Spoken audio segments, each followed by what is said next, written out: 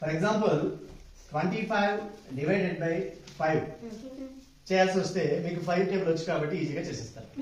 ఎంత 5 5 25 కదా. అయితే ట్రిక్ ఏంటంటే ఈ 25 5 తో డివైడ్ చేయాలంటే ఈ ఏదైతే డివైడ్ చేయాలనుకుంటున్నామో దాన్ని డబుల్ చేయండి. డబుల్ చేస్తే 50 అవుతుంది. 25 యాడ్ చేస్తే ఎంత అవుతుంది? 50 అవుతుంది కదా. ఇప్పుడు దీన్ని పాయింట్ మధ్యలో పెట్టండి. ఇదే దీని ఆన్సర్. అంతే కదా. ఫర్ ఎగ్జాంపుల్ ఇంకోటి చేద్దాం. 125 డివైడెడ్ బై 5 కావాల్సి వస్తుంది. సో మీరు ఇప్పుడు ఇది బదులైంది. సింపుల్ ట్రిక్ ఏంటి? 125 డబుల్ చేస్తే ఎంత అవుతుంది? 250 కదా.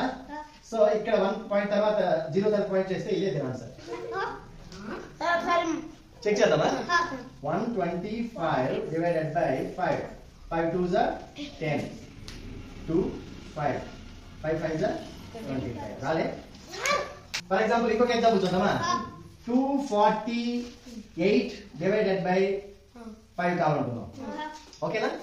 496 కదా. పాయింట్ పెడితే ఇదే దీని ఆన్సర్ 49.6.